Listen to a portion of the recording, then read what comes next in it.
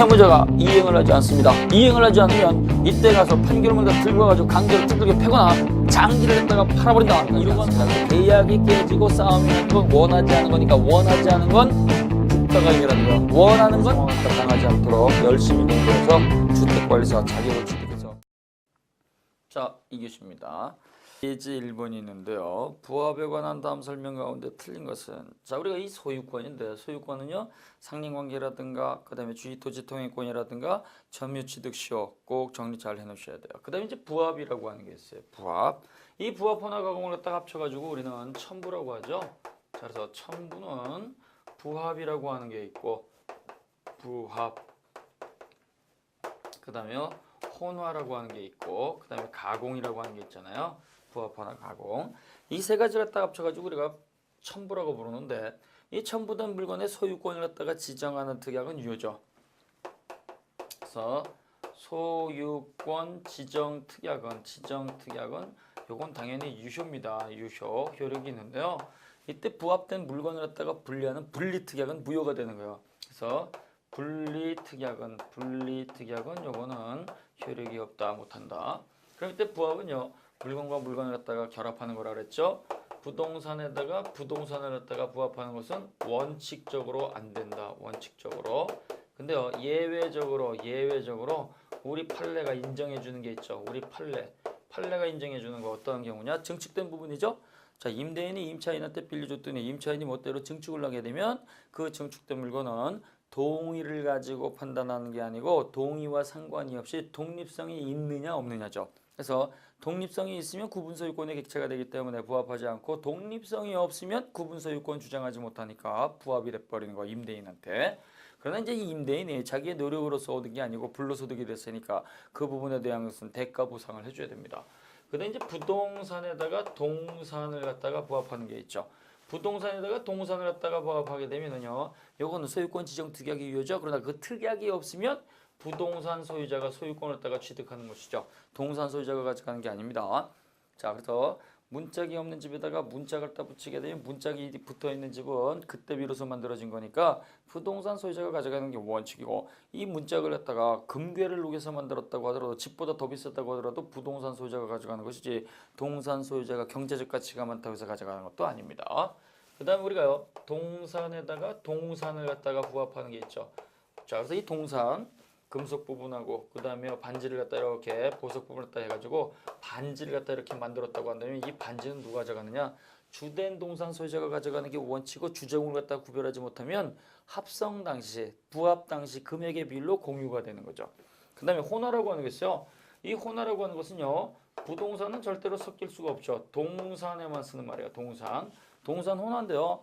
이 동산 혼화도 이것도 별도의 규정을 갖다 둔 게 아니고 부동산 동산이죠. 그래서 동산과 동산의 부합 규정을 갖다 그대로 준용을 해줍니다. 따라서 액체와 액체가 섞였거나 모래와 시멘트가 섞였거나 곡물과 곡물이 섞였을 때는 이걸 갖다가 분리하지 말고 주된 동산 소유자가 가져가는 게 원칙이고, 주종을 갖다 구별하지 못하면 그때는요, 합성 당시 금액의 비율로 공유가 된다 그랬어요. 가공이라고 하는 게 있죠. 가공은 동산이라고 하는 재료에다가 기술을 갖다가 덧붙여가지고 없던 물건을 새롭게 만드는 거야. 옷감에다가 재단 기술자가 양복을 갖다가 만들어냈다 그러면 어떻게 돼요? 그 양복 자체가 바로 가공에서 만들어진 거니까 원시 취득이 되는 거죠. 이 가공도 동산에만 쓰는 말이지 부동산에는 절대로 가공이라는 말 자체를 쓰지를 않습니다. 그러면 이때 가공에서 만들어진 것은 누가 가져가느냐? 원칙적으로 재료 제공자가 가져가고요. 요 재료 제공자가, 이 사람이 재료는 제공했지만 예외적으로 그 기술자가요, 기술을 제공을 해가지고 재료값보다 훨씬 비싼 작품을 만들어냈다. 이 작품을 갖다가 만들었을 때는 그때는 기술 제공자가 가져가는 거야. 기술 제공자가. 자, 그래서 우리가요, 이렇게 부합호나 가공 이렇게 정리해 놓으시고, 자, 지문 정리 한번 해볼게요. 자, 1번 부합에 관한 다음 설명 가운데 틀린 것은 1번 동산이 부동산에 부합한 경우 가르쳐 놓으시고, 언제나 부동산의 소유자가 동산의 소유권을 취득한다. 왜? 강행 규정이기 때문이다. 틀렸습니다. 이 언제나라고 하는 표현이 틀린 거죠. 예, 그래서 우리가 소유권을 갖다가 지정하는 특약은, 소유권 지정 특약은 임의 규정이니까 가능한 거죠. 그래서 부동산에다가 동산을 갖다가 부합을 시켰을 때에는 소유권 지정 특약이 없으면 부동산 소유자가 가져가고, 그러나 이때 소유권 지정 특약이 있으면 그 지정 특약은 유효가 되기 때문에 이거는 그 소유자가 가져갈 수가 있겠죠. 특약에 의해서. 따라서 1번이 틀렸습니다. 그 다음 2번 타인의 토지 위에서 권원이 없이 1년생 농작물을 경작한 경우 가르쳐 놓으시고 권원이 없이 미출 타인 소유 토지가 됐던 아니면 자기 땅이 됐던 권원이 없이 그래서 권원이 없다는 얘기는 위법하고 불법적으로 그 다음에 부당하게 이렇게 멋대로 1년생 농작물을 했다가 경작을 하게 되면 우리 대법원 판례는요. 확고하게 언제나 경작자 소유의 독립된 부동산이 되는 것이고 이건 명인 방법을 갖출 필요도 없는 것이고 토지에 절대로 부합하지 않습니다. 그래서 수학계에 있는 1년생 농작물이라고 하는 것은 이거는 권원이 없이 재배했다고 하더라도 토지 소유자에게 부합되지 않고 토지 소유자가 가져가는 게 아니고 경작자 소유의 독립된 부동산이라는 걸 꼭 기억을 하셔야 돼요. 자, 근데요. 나무는 다르죠. 수목이라고 하는 것은 이제 농작물이 아니니까요. 타인 소유 토지에다가 권한이 없이 수목을 갖다가 식재를 해버리면 그 수목은 식재한 사람, 나무를 심은 사람 소유가 아니고 토지 소유자에게 부합이 돼버립니다. 그래서 농작물일 때는 수확기에 있을 때 부합되지 않고 경작자가 언제나 독립해서 소유권을 다 가져가는데요. 수목이라고 하는 거, 이 나무의 소유권이라고 하는 것은요. 수목을 갖다가 식재한 사람이 그 수목의 소유권을 따 취득하는 게 아니고 토지 소유자가 가져갑니다. 따라서 타인 소유 토지에다가 사과나무를 갖다가 멋대로 심어놓고 그 사과를 갖다가 심은 사람이 멋대로 따갔다고 한다면 토지 소유자는요. 그 사과라고 하는 천연과실에 반환을 청구할 수 있다는 거 꼭 기억을 하셔야 돼요. 자, 그래서 농작물은 토지에 부합하지 않고 언제나 경작자 소유에 속하는 것이고 명의 방법을 갖출 필요도 없다. 그러나 이때 경작자가요. 매매를 통해서 밭대기로 그 농작물을 갖다가 넘겼다고 한다면 요 매수인 상인은요. 거래 행위를 통해서 넘겨받았으니까 명의 방법을 갖춰야 된다는 걸 같이 기억하셔야 됩니다. 그 다음 3번 동산과 동산이 부합해서 훼손하지 아니하면 분리할 수 없거나 그 분리에 과다한 비용을 갖다가 요할 경우 가르쳐주시고 동산과 동산을 갖다 이렇게 합쳐서 하나의 물건을 갖다 만들었는데 이걸 다시 분리하는 게 불가능하다. 그 다음에 그걸 갖다가 떼어내려면 비용이 많이 들더라. 그럼 어떻게 돼요? 그냥 너 가져 이렇게 할 수 있다는 얘기죠. 그래서 동산과 동산이 부합하게 되면 이때는 원칙적으로 주된 동산의 소유자에게 속한다. 그러나 예외적으로 주종을 구별할 수가 없다고 한다면 합성 당시 금액의 비율로 공유가 된다는 거 같이 기억하셔야 돼요. 그래서 거기 4번에 보면 부합한 동산의 주종을 구별할 수 없을 때에는 동산의 소유자는 부합 당시의 가액의 비율로 합성물을 공유하게 된다. 이때 부합은 동산 및 부동산에도 적용이 된다. 그래서 판례가 인정을 해주잖아요. 자, 같이 그려놓으시고요. 자, 그 다음에 오른쪽에 보시면 공동소유가 나와 있습니다. 공동소유. 두 사람 이상이 갖고 있는 게 공동소유죠. 그럼 하나가 갖고 있는 건 단독소유라는 말을 써요. 법인의 소유. 그래서 사단법인의 이름으로 부동산이 등기가 됐다. 그러면 사단법인 단독소유죠. 재단법인의 이름으로 부동산이 등기가 됐다. 재단법인의 단독소유입니다. 한 사람이 갖고 있다. 역시 한 사람 단독소유죠. 그 다음에 비법인 재단의 이름으로 갖고 있다. 그러면 비법인 재단의 단독소유입니다. 자, 근데요. 두 사람 이상 갖고 있는 걸 갖다 우리가 공동소유라고 하는데요. 공동소유는 공유라고 하는 게 있고 그 다음에 합유라고 하는 게 있고 총유라고 하는 게 있죠. 공유는 사업의 목적이 없는 것이고 합유는 동업하는 관계, 조합계약이 있어야 되고 총유는 비법인 사단일 때 쓰는 말이라고 그랬어요. 공유는 공유지분이 있고 합유도 합유지분이 있지만 총유는 지분 자체가 없습니다. 따라서 공유자는 자기 지분을 갖고 있으니까 그 지분 범위 내에서 단독으로 보존행위할 수 있고 합유자도 단독으로 보존행위할 수 있지만 총유물을 갖다 갖고 있는 그 단체의 구성원은 지분이 없으니까 단독으로 보존행위 못한다는 거 꼭 기억하셔야 돼요. 공유 지분을 갖다가 처분하는 것은 자유롭게 처분할 수 있고 합유 지분은 동업관계가 있으니까 전원에 동의받아서 처분하는 것이고 총유는 지분이 없으니까 역시 처분의 자유 이런 말 나오면 안 되는 거죠. 자, 그 다음에요. 공유하고 있는 물건 자체를 갖다가 처분하거나 변경을 하려면 전원의 동의가 있어야 되겠죠. 또 합의물을 갖다가 처분하거나 변경을 하려면 역시 전원의 동의가 있어야 되는 거예요. 그러나 총유물을 갖다가 처분하는 건 어떻게 돼 있어요? 정관규약이라든가 사원청의 결의를 갖다가 밟아서 처분하는 거죠. 같이 일하시면 됩니다. 자, 1번 봅니다. 공유에 관한 설명으로 옳지 않은 것은 1번 공유자의 지분 가르쳐 주시고 자, 갑이라고 하는 분이 물건을 갖고 있다가 A, B, C 세 사람이 그 물건을 샀습니다. 그래서 갑이 갖고 있는 토지를 A, B, C 세 사람이 산 거예요. 그러면 이때 요 A, B, C 세 사람 사이에서 내부적 관계로서 지분을 갖다가 어떻게 정했는지 우리는 알 수가 없죠. 따라서 이 지분은 공유 지분이 있을 땐 등기하는 게 원칙인데요. 등기가 되어 있지 않으면 이때는 그 공유 지분은 균등한 것으로 추정이 됩니다. 균등한 거. 그 다음에 2번 공유물의 보존행위 가르쳐 놓으시고 공유물의 보존행위는 있는 그대로 놔두는 거죠. 따라서 공유물의 보존행위라든가 합유하고 있는 물건의 보존행위는요. 지분이 있으니까 각자 단독으로 할 수 있습니다. 자, 그 다음에요. 3번. 공유자는 공유자 과반수의 찬성으로서 공유물을 처분할 수 있다. 자, 공유물 처분 가로쳐주시고 공유하고 있는 물건 자체의 처분이고 공유하고 있는 물건은 공유자 전원의 물건이죠. 따라서 지분을 갖고 있고 그 지분 범위 내에서 전체를 따쓸 수 있는 것이고 공유하고 있는 물건은 공유자 전원의 참석에 의해 가지고 처분을 하거나 변경을 하는 것이지 이걸 갖다가 과반수라든가 개인이 하는 건 허용되지가 않습니다. 3번이 틀렸죠? 그러니까 단독으로 처분할 수 있는 건 공유 지분이죠. 공유 지분은요, 그 지분은 소유권의 개념이니까 단독으로 처분할 수도 있고, 공유 지분을 갖다가 단독으로 처분할 수 있고, 그 지분을 갖다가 저당권의 객체로 할 수 있고, 다 할 수 있는 거예요. 그러나 공유물 자체를 갖다가 처분하거나 변경을 하는 거, 이러한 것들은 전원의 동의가 있어야 됩니다. 따라서 3번 틀렸죠? 그 다음 4번. 이 공유하고 있는 물건을 갖다가 자유롭게 공유물 분할을 갖다가 청구할 수 있는데요. 공유물 분할을 갖다가 청구해가지고 물건 자체의 소유권을 갖다가 잃어버리고 적은 돈 가지고 나눠 가지면 이때는 오히려 손해가 더 크겠죠. 따라서 공유자 사이에서는요. 공유하고 있는 물건을 갖다가 분할하지 맙시다라고 하는 분할 금지 특약을 갖다가 할 수가 있고 이때 이 분할 금지 특약이라고 하는 것은요.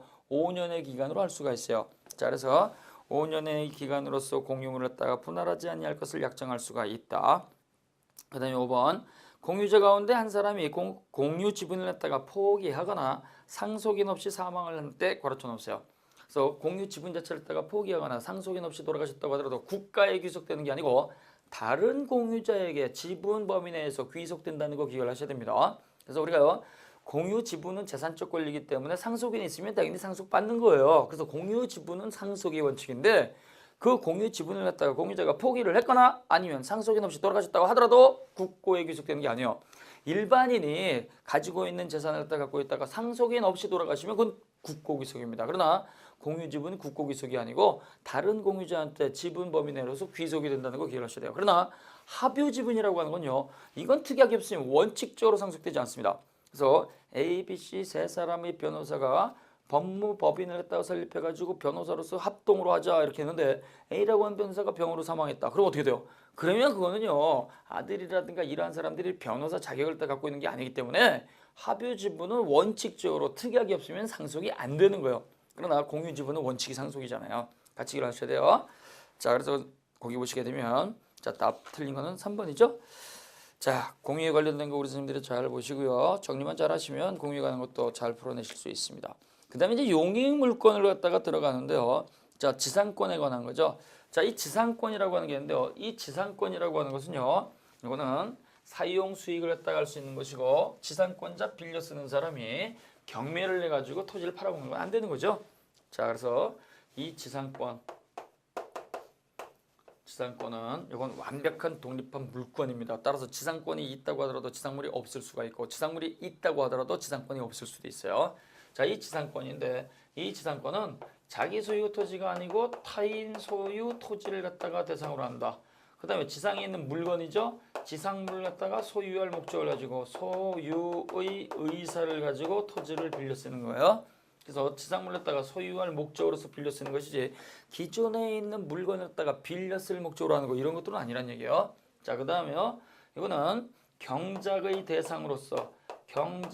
대상으로서 지상권 설정하는 건 절대로 안 되는 것이고 이때 이 지상물이라고 하는 것은요. 건물이라고 하는 게 있고 그 다음에요. 수목이라고 하는 게 있고 그 다음에 공작물이라고 하는 게 있죠. 공작물. 자, 이 건물은요. 견고한 건물이 있고 덜 견고한 건물이 있습니다. 견고한 건물은요.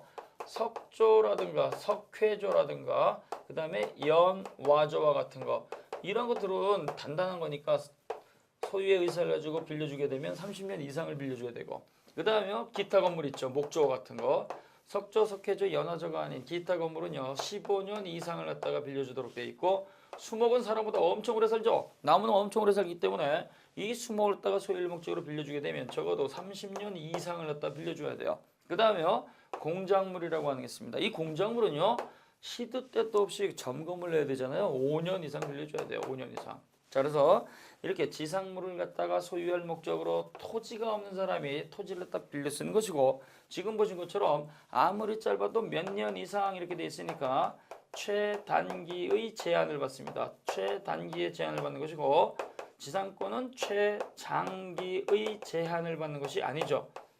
그래서 최장기의 제한이 아닙니다. 따라서 몇 년 이상 빌려줘 이렇게 되는 것이지 몇 년까지 빌려줘 이게 아니죠. 그래서 우리 판례는 기간의 정함이 없는 영구무한 지상권 설정도 가능하고 그 다음에 토지를 공짜로 빌려줄 수 있으니까 무상지상권 설정도 가능하기 때문에 지료지급은 지상권의 성립요건이 아니라고 하는 거 꼭 기억을 하셔야 돼요. 그러면 이 지상권을 갖다가 우리 선생님들이 문제를 통해서 정리하는데요. 특히 여기서는 금년도에 법정 지상권을 갖다가 우리 선생님들이 신경을 쓰셔야 됩니다. 자, 대표제 1번 봅니다. 1번 지상권에 관한 설명으로 옳지 않은 것은 지상권은 전세권과 마찬가지로 권리이지만 등기 등록을 갖고 있으니까 지상권하고 전세권은 저당권의 목적이 될 수가 있다. 아주 중요한 겁니다. 저당권의 목적으로 할 수 있는 것은 등기 등록 대장에 있는 부동산하고 지상권하고 전세권입니다. 그 다음 2번 지상권자는 지상권의 목적인 토지를 자신의 권리 존속 기간 내에서 타인에게 임대도 할 수가 있고 양도도 할 수가 있고 그 다음에 이것을 갖다가 아예 팔아버리고 나가버릴 수도 있죠. 또 그 다음에 저당권 설정도 가능한 거예요. 그래서 이 지상권자가 토지를 갖다가 빌려 쓰는 사람은요. 타인 소유 토지에다가 건물 짓고 그 다음에 거기다가요 나무를 심고 그 다음에 도로와 같은 거 만들어 놓게 되면 타인 소유 토지에다가 내 돈 들어가지고 경제적 가치를 갖다가 높인 사람이에요. 그러면 자기 투자한 자본을 갖다가 쉽게 회수할 수 있어야 되기 때문에 지상권은 자유롭게 양도할 수 있다는 거 기억하셔야 돼요. 따라서 토지를 빌려 쓰는 지상권자는요. 지상권 설정자의 동의 받을 필요가 없이 지상물만 양도할 수도 있고 지상권만 양도할 수도 있고 지상에 있는 물건하고 지상권을 합쳐서 일괄 양도도 가능한 겁니다. 그래서 우리 판례는 지상물만 양도를 했을 때 별도의 특약이 없으면 지상권도 따라갑니다. 근데요. 지상권만 양도를 했을 때는 지상물은 따라가지 않습니다. 같이 기억하셔야 돼요. 따라서 당사자 사이에서 지상권 양도 금지 특약을 하게 되면 그 금지 특약은 무효입니다. 그 금지 특약은 무효예요. 그래서 자유롭게 양도할 수가 있습니다. 2번 그래서 틀렸죠? 자, 그 다음에 3번 지상권자는 지상권에 기초해서 물권적 반환 청구권 또는 방해 배제 청구권을 따라 행사할 수가 있다. 자, 그래서 지상권자도 제한물권자로서 물권자입니다. 물권자니까 어떻게 되겠어요? 사용수익을 따 해야 되기 때문에 다른 사람한테 방해받으면 안 되겠죠. 따라서 지상권자 빌려 쓰는 사람은요. 지상권에 기초해가지고 세 가지 물권적 청구권 전부 다 인정을 받습니다. 그래서 지상권자는 반환 청구도 할 수가 있고 방해 제거도 청구할 수가 있고 방해할 염려가 있을 때는 예방 조치, 예방 청구도 할 수 있는 거예요. 자, 그래서 지상권자는 그 토지를 갖다가 용도에 맞춰서 사용 수익하고 유지 수는 의무가 있고 따라서 이러한 경우에는 점유를 갖다가 수반하고 있기 때문에 지상권자는 반환 청구, 방해 제거 청구, 예방 청구 세 가지 다 할 수 있어요. 자, 그다음에 4번 토지를 빌려 쓰는 지상권자가 2년분 이상의 지료를 과실로 지급하지 않으면 지상권 설정자는 지상권 소멸을 청구할 수 있다. 자, 당사자 사이에서요. 토지를 공짜로 빌려줄게 그러면 무상지상권인데요. 공짜로는 안 돼. 돈을 갖다가 내 해가지고 사용료 지료를 받게 되면 이 지료는요. 2년 연속 돼가지고 연체가 된 이게 아니고요. 2년 연속이 됐다고 하더라도 2년분 합산 금액이 이게 2년분 금액을 다 초과하지 않으면 지상권 소멸은 청구할 수가 없어요. 따라서 토지 사용료를 갖다가 연체를 하게 되면 이때는 내 땅에서 나가 지상권 소멸을 갖다 청구할 수 있는데요. 지상권 소멸 청구의 요건은요. 2년 연속이 아니고 합산 금액이 2년분 이상이라는 얘기예요. 따라서 1년 사용료가 500만 원이다. 그러면 2년 요게 합산 금액은 1000만 원이죠. 따라서 2년 연속 이렇게 연체가 됐다고 하더라도 토지 사용료를 갖다가 300만 원 연체가 됐다. 2년 동안. 그럼 어떻게 돼요? 그래도 역시 이거는 합산 금액 1000만 원을 갖다 초과하지 않았으니까 내 땅에서 나가라고 하는 지상권 소멸을 청구할 수가 없어요. 자, 그래서 2년분 이상의 지료를 갖다가 고의 또는 과실로 연체가 되면 빌려주는 지상권 설정자는 지상권의 소멸을 갖다가 청구할 수 있고 지상권 소멸 청구권은 형성권으로서의 성질을 갖습니다. 자, 그 다음에 5번 지상권자는 인접지의 수목 뿌리가 경계를 갖다가 넘었을 때에는 특별한 사정이 없으면 그 뿌리를 임의로 제거할 수 있다. 우리가요 나뭇가지라고 하는 게 있죠. 수지. 그 다음에 나무뿌리, 목근이라고 하는 게 있는데요. 나뭇가지가 경계를 갖다가 침범을 했을 때는 임의로 제거하는 게 아니고 그 나뭇가지 제거를 청구한 다음에 그래도 제거하지 않으면 그때 청구하고 나서 제거하는 거죠. 그럼 나무 뿌리는요 처음부터 제거를 갖다 청구할 필요가 없이 바로 제거할 수 있는 거예요. 자, 그래서 상립관계 규정은 소유자뿐만이 아니라 지상권자, 전세권자와 같이 빌려 쓰는 용의권자한테도 인정된다는 거, 적용된다는 거 같이 이해하시면 되겠죠. 자, 그 다음에요 23번 문제. 지상권에 관한 다음 설명 중 옳지 않은 것은 지상권의 존속 기간을 영구로 약정하는 것도 여기다. 왜? 최장기의 제한이 없으니까 언제까지 빌려줘라는 말을 갖다가 할 필요가 없죠. 그 다음 2번 지상권자는 지상권을 갖다가 유보한 채 지상물 소유권만을 갖다가 양도하는 것도 가능하고 지상물 소유권을 갖다가 유보한 채 지상권만 갖다가 분리해서 양도할 수도 있어요. 왜? 완벽한 독립된 물건이기 때문에. 자, 그 다음에 3번 지상권자는 타인에게 그 권리를 갖다가 양도해서 지상권을 갖다가 양도하고 나갈 수도 있고 그 다음에 그 권리 존속 기간 내에서 그 토지를 갖다가 빌려주고 월세를 갖다가 받을 수도 있고 저당권 설정도 가능하죠. 자, 그 다음에 4번 지상권이 소멸한 때 지상권자는 건물이라든가 기타 공작물 수목을 갖다가 수거해서 토지를 원상 회복해야 한다. 그래서 이걸 딱 우리는 내 거니까 뜯어가겠습니다. 수거권이라고도 부르고요. 반면에 뭐요? 원상 회복이죠. 그래서 뜯어갈 수도 있고 원상 회복을 갖다가 할 수도 있다. 그 다음에 5번이 틀렸죠. 지상권자가 1년 이상의 치료를 지급하지 아니한 때가 아니고 2년분 합산액이죠. 2년분. 자, 그 다음에 25번 문제를 봅니다. 25번 굉장히 중요한 거죠. 법정 지상권에 관한 다음 설명 중 틀린 것은 자, 이 법정 지상권은요. 성문법에 의한 것이 4가지가 있고 그 다음에 관습법에 의한 게 있습니다. 자, 그래서 우리가 성문법에 의한 것은 305조 전세권 설정자를 위한 법정 지상권 꼭 기억하셔야 돼요. 대지와 건물을 동일인이 갖고 있다가 건물에 대해서 전세권을 따 설정한 후 그 대지를 갖다가 특정 승계인한테 매매를 했을 때 특정 승계인 토지 매수인은 건물 소유자인 전세권 설정자를 해서 법정 지상권을 설정한 것으로 보다 강행 규정이죠. 강행 규정이니까 철거한다는 특약 무효이고요. 지료를 갖다 지급하지 않겠다라는 이 특약도 무효가 되는 거죠. 자, 그 다음에 366조 저당권 실행입니다. 자, 토지 또는 건물에 대해서 저당권을 또 설정을 한 후 경매가 돼가지고 건물에다가 취득한 사람이 있게 되면 그 건물에다 낙찰받은 사람은 토지 소유자에 대해서 무조건 빌려 쓸 수 있는 권리가 바로 366조 법정지상권입니다. 임목법에 의해서 등기된 임목을 갖고 있는 사람이 토지를 빌려 쓸 수 있는 게 임목법에 의한 법정지상권이고요. 가등기 담보법에 의해 가지고 그 부동산을 갖다가 담보부동산을 갖다가 소유권을 갖다 취득되면 그 건물 취득자가 빌려 쓸 수 있는 게 가등기 담보법에 의한 법정지상권입니다. 요 4가지는 민법에 2개 305조 366조가 있고요. 임목법이라든가 가등기 담보법이라는 특별법에 의해서 인정이 되는 거예요. 그러나 법에 없는 게 있죠. 관습법에 의한 거. 관습법에 의한 관습법상의 법정지상권도 불문법에 의한 법정지상권 취득이 되는 거예요. 그럴 때 관습법에 의한 법정지상권 취득은 어떠한 경우냐? 그래서 매매 기타 원인에 의해서 동일인이 갖고 있던 토지 건물을 갖다가 건물을 매수한 자가 철거한다는 특약이 없으면 이때는 당연히 관습법으로서 빌려 쓸 수 있는 권리가 있고 요거는 무상이죠. 근데 이렇게 무상으로 관습법상의 법정지상권을 갖다가 주장할 수 있는데요. 요걸 당사자가 별도로 임대차 계열때 체결을 하게 되면 그때는 관습법상의 법정지상권을 갖다가 포기한 걸로 본다. 꼭 기억하셔야 돼요. 그러면 이렇게 법정지상권이 됐든 관습법상의 법정지상권이 됐든 요 건물을 갖다가 취득한 사람이 토지를 갖다가 빌려 쓸 수 있는 권리가 바로 법정지상권인데요.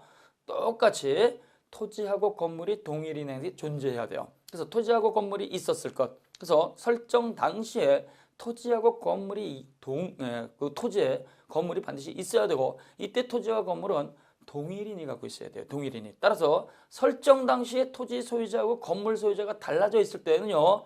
어떠한 법정지상권도 성립할 여지가 없습니다. 그래서 토지 위에 건물이 있었을 것. 토지 위에 건물을 갖다가 한 사람이 갖고 있었을 것. 그래야지만 관습법상의 법정지상권이든 그 다음에 305조, 366조 법정지상권 주장할 수 있는 겁니다. 자, 1번 다음 설명 중 틀린 것은 미등기 건물 가로쳐 놓으시고 대지와 함께 매수한 사람 가로쳐 놓으시고 매매죠. 매매니까 법률행위죠. 법률행위니까 등기가 쳐야 돼요. 해가지고 이때 매수인이 그 대지에 관해서만 소유권 이전 등기를 넘겨받고 대지에 관해서만 소유권 이전 등기를 넘겨받았으니까 매수인은 토지 소유권만 취득한 거예요. 건물에 대해서는 지금 현재 미등기 상태죠. 그러니까 매도인이 여전히 건물의 소유자, 매도인이 건물 소유자죠. 매수인은 토지 가져간 거예요. 그러니까 건물 소유자하고 토지 소유자가 달라져 있죠. 따라서 이러한 경우에 경매가 돼가지고 건물을 갖다가 다른 사람이 가져갔다 또는 토지를 갖다가 가져갔다 그랬을 땐 건물 소유자에 대해서 법정지상권 성립할 여지가 없다. 자, 그래서 아주 중요한 판례죠. 그 다음 2번 동일인 소유에 속하는 토지 및 그 지상 건물에 관해서 공동저당권이 설정이 된 후 그 지상 건물이 철거가 되고 새롭게 건물이 신축된 경우 가르쳐 놓으시고 철거 동그라미 저당물의 경매로 인해서 토지하고 그 신축된 건물이 다른 소유자에게 속하게 되면 그 신축 건물을 위한 법정지상권은 절대로 성립하지 않습니다. 꼭 기억하셔야 돼요. 이 판례가 굉장히 중요한 거죠. 예전에는 이 판례가 변경되지 않아가지고 공동저당이 설정이 되고 건물을 갖다가 신축했을 때 신축된 건물에 대해서도 당연히 법정지상권을 인정을 해줬어요. 그러다 보니까 어떤 문제가 있느냐? 신축된 건물에 대해서 선순위 권리자가 있을 때 선순위 권리자한테 피해를 갖다가 줄 우려가 있죠. 따라서 우리는 공동저당권이 설정이 됐을 때 그 토지상에 있던 건물을 갖다가 철거하지 않고 그대로 놔뒀을 때에는 법정지상권 취득을 인정을 해주지만 그 지상 건물을 갖다가 철거를 하고 나서 신축을 했을 때 신축된 건물에 대해서는 법정지상권 성립시키지 않습니다. 왜? 기존에 동일한 순위가 아니어서 새로운 선순위 권리자가 있을 때 선순위 권리자한테 피해를 줄 우려가 있어서 그런 거예요. 자, 그래서 2번 별표 넣으시고 X 정답이죠. 그 다음 3번 토지의 저당권을 설정할 당시 토지의 지상에 건물이 존재하고 있었고 그 양자가 동일 소유자에게 속하였다고 가르쳐 놓으시고 그 후 저당권의 실행으로 토지가 낙찰되기 전에 건물이 제3자에게 양도된 경우 역시 뭐예요? 동일인 갑이라고 한 사람이 토지도 갖고 있고 건물도 갖고 있다가 토지에 대해서 또는 건물에 대해서 저당권 설정을 한 다음에 요걸 갖다가 설정 당시 갑 그다음에 설정 당시 건물이 있었다. 두 가지 요건 갖췄으니까 당연히 되는 거죠. 설정하고 나서 다른 사람한테 팔았다고 하더라도 제3자는요. 설정 당시 동일인이 갖고 있었으니까 당연히 법정지상권 취득하는 거예요. 취득한다. 설정하고 나서 팔았으니까. 그 다음 4번입니다. 저당권 설정 당사자 간의 특약으로 저당 목적물인 토지에 대해서 법정지상권을 따가 배제하는 약정을 하더라도 그 약정은 무효입니다. 왜? 법정지상권 자체가요. 관습법상의 법정지상권을 따가 빼고 305조, 366조 임목법, 그 다음에 가등기담보법 요 네 가지는요. 법전에 조문이 있는 것이고 강행 규정이기 때문에요. 당사자가 법정지상권을 갖다가 주장하지 못한다. 백날 특약을 넣어놔봐야 그 특약은 무효입니다. 그리고 지료 지급 의무가 발생이 되기 때문에 당사자가요. 사용료에 대해서 금액이 확정되지 않고 합의가 없으면 그때는 법원의 판사가 결정을 해주는 거예요. 법원의 판사가. 그래서 305조 전세권 설정자를 위한 법정지상권 그 다음에 경매 실행에 의해 가지고 건물 갖다 낙찰받은 사람을 위한 법정지상권 전부 다 강행 규정이고 반대 특약은 전부 다 무효가 되는 거예요. 지료 지급해야 될 의무가 있고 그 다음에 철거당하지 않을 권리가 있으니까 철거하겠습니다. 지료 지급하지 않겠습니다. 이란 특약을 딱 넣어놓게 되면 그 특약은 전부 다 무효입니다. 그 다음에 5번 법정지상권은 건물의 소유에 부속하는 종속적인 권리가 아니고 하나의 독립된 법률상의 물권이기 때문에 이거는 건물의 소유자가 건물 법정지상권 중 이걸 한꺼번에 양도할 수도 있고 건물만 양도할 수도 있고 지상권만 양도할 수도 있죠. 이러한 법정지상권은 취득은 등기를 따를 필요가 없지만 이걸 다 양도할 때는 반드시 등기 갖춰서 처분해야 된다. 187조가 적용된다는 거 같이 기억하시면 됩니다. 자, 그 다음에 보시게 되면요. 지역권을 봅니다. 자, 249쪽에 보시면 30번 문제가 있습니다. 지역권에 관한 설명으로 틀린 것은 1번 요역지가 공유관계에 있는 경우 가르쳐주시고 공유자 한 사람이 지역권을 갖다가 시효로 취득하게 되면 다른 공유자도 당연히 시효 취득이 가능합니다. 그래서 지역권을 갖다가 시효 취득하는 건요. 20년 이상 그 다음에요. 평원공연하게 점유하고 있으면 지역권 시효 취득이 가능하죠. 그러나 통행지역권은 자기가 스스로 개설을 해야 돼요. 자, 그래서 이렇게 지역권도 시효 취득이 가능한데요. 이때 이 지역권은요. 공유자 가운데 한 사람이 취득하면 전원이 취득이죠. 그래서 지역권 취득은 한 사람만 취득하면 전원 취득이에요. 그러나 소멸은 굉장히 어렵죠. 소멸은 한 사람이 소멸했다고 해가지고 소멸되는 게 아니고 전원이 소멸이 돼야 돼요. 한 사람만 취득하면 따라오는 것이 지역권이고 전원이 소멸당해야지만 지역권이 사라지기 때문에 지역권 소멸은 전원의 소멸이 있어야 돼요. 취득은 한 사람만, 그 다음에 소멸은 전원이. 자, 그 다음에 2번 중요한 거죠. 지역권은 요역지와 분리해서 처분할 수가 없다. 요역지라고 하는 것은 자기 소유 토지고 단필 전체를 대상으로 하는 건데요. 예, 승역지라고 하는 것은요. 타인 소유 토지가 되는 것이고 승역지 일부라고 해도 상관은 없습니다. 이러한 지역권은요. 요역지의 기능을 갖다가 제공을 해주기 때문에 이 지역권이 사라지게 되면 요역지는 기능을 할 수가 없습니다. 그래서 이 지역권은 승역지에다가 등기하는 건데요. 지역권은 요역지와 분리해서 양도하는 것 절대로 용되지 않는다. 꼭 기억하셔야 돼요. 그 다음 3번. 을이 갑소유 토지의 일부를 평원공연하게 20년 이상 통행하고 있다고 한다면 스스로 통로를 갖다 개설하지 않았다고 하더라도 통행지역권을 갖다가 시효 취득한다. 틀렸습니다. 계속되고 표현된 지역권에 한해서 시효 취득이 가능한데요. 이때 지역권 취득에서 특히 통행지역권 취득은요. 자기 스스로 통로를 개설을 해야지만 지역권 취득이 가능한 것이고 자기가 스스로 통로를 딱 개설하지 않은 타인이 개설한 통로를 다니면서 내가 소유의 의사를 가지고 지역권 취득하겠습니다. 이거 안 된다는 얘기예요. 그래서 통행지역권도 시효 취득이 가능한데요. 자기 손으로 개설을 했을 때만 통행지역권 시효 취득이 가능한 거예요. 자, 그래서 3번 틀렸고 그 다음 4번. 도자기 생산업자가 그렇죠. 식으로 사람이죠. 예, 도자기를 만들기 위해 이웃 토지의 토사를 채취할 목적에 지역권을 갖다가 취득하는 건 허용되지 않습니다. 우리는 어디까지나 지역권은 타인 소유 토지를 갖다가 대상하기 때문에 토지를 위해서 토지를 제공받는 거죠. 따라서 지역권은 사람이 토지를 갖다 제공받는 게 아닙니다. 아유, 내 땅에 저수지가 없으니까 사장님 땅에 가서 그 저수지에서 내가 물고기 좀 낚을게요. 이건 자기 개인을 위해서 하는 것이니까 지역권이라는 말을 쓰는 게 아니고 인역권이라는 말을 쓰게 되는 거예요. 따라서 우리는 지역권은 토지를 위해서 토지를 갖다 제공받는 거기 때문에 사람을 위해서 제공받는 것은 지역권이라는 말을 쓰는 게 아니고 인역권이라는 말을 쓰는 거예요. 인역권. 따라서 도자기 생산업자가 자기 땅에서 양질의 점토가 없다고 해서 타인 소유 토지에 가서 그 토지에 흙을 갖다가 점토를 갖다가 퍼오면 토지를 위해서 제공받는 게 아니고 자기를 위해서 제공받는 거니까 인역권이지 지역권이 아닙니다. 그 다음 5번. 지역권을 취득한 갑이 을에게 요역지를 갖다가 처분해서 소유권 이전 등기를 마치게 되면 별도로 지역권 변경 등기할 필요가 없이 그 지역권은 따라가죠. 갑이라고 한 사람이 요역지 소유자입니다. 을이라고 한 사람한테 승역지에다가 지역권 설정해놨습니다. 갑이 요역지 소유자로서 병한테 그 토지를 팔았습니다. 그러면 승역지에다가 갑 이름으로 되어 있는 지역권 등기는 변경 등기할 필요가 없이 토지 매수인한테 그대로 따라가는 거죠. 같이 일하시면 돼요. 이러한 지역권은요, 부종성에 있고 수반성에 있다. 그 다음에 이 지역권이라고 하는 것은요, 지료에 대해서 아무런 규정도 없고, 그 다음에 기간에 대한 것도 아무런 규정이 없으니까 지료가 있다고 하더라도 등기할 방법, 그 다음에 기간이 있어도 등기할 방법 같은 건 없어요. 내 땅에서 지역권 설정해서 쓴다고 하더라도 공짜로 안 돼, 돈 내놔. 이렇게 하면 돈 받을 수가 있겠지만 이런 것들은 등기할 방법은 없다라는 거 같이 이해하시면 됩니다. 자, 이러한 지역권이라고 하는 것은요, 이거는 인적 토지일 필요는 없죠. 자, 거기 보시게 되면 자, 31번 문제를 봅니다. 지역권에 관한 다음 설명 중 틀린 것은 지역권은 별도의 지역권 이전 등기가 없어도 요역지 소유권의 이전에 따라서 함께 이전이 된다. 특약이 있으면 특약에 의하겠지만 이때 승역지에 설정된 지역권은요, 요역지가 팔려가게 되면 승역지에 설정된 지역권은 변경 등기할 필요가 없이 바로 따라가요. 이걸 부종성 그랬어요. 그 다음에 2번. 공유자 가운데 한 사람이 지역권을 시효로 취득한 때가 그렇죠. 한 사람이 취득했으니까 다른 사람도 전원 취득이죠. 전원 취득. 자, 그 다음에 3번. 물권 법정주의 185조에 이야기되면 우리 민법상 어느 지역의 주민이 집합체로서 각자가 타인의 토지에서 초목 또는 방목 등에서 수익하는 내용을 지역권 유사에 걸렸다 설정할 수 없다. 자, 그래서 이러한 것들은요, 지역권에 관해서는 당연히 그 지역권 유사에 걸렸다가 설정할 수가 있어요. 어떠한 경우냐? 지역권과 유사한 거지 지역권 자체를 갖다 준 건 아니죠. 이걸 갖다 특수지역권 그래. 특수지역권. 예전에 우리가 농사를 갖다 지을 때는 어떻게 돼요? 내 땅에는 필요 없어요. 그러니까 어떻게 돼요? 옆에 땅에다가 소를 갖다가 이렇게 풀어놓을 수도 있잖아요. 방목하는 경우. 이런 것들입니다. 그래서 3번이 틀렸고, 그 다음 4번. 자, 승역지 소유자가 자신의 비용으로 부담하고 있는 공작물의 설치 또는 수선 의무를 면하기 위해서 지역권에 필요한 부분의 토지 소유권을 갖다가 지역권자한테 아예 넘겨줄 수가 있겠죠.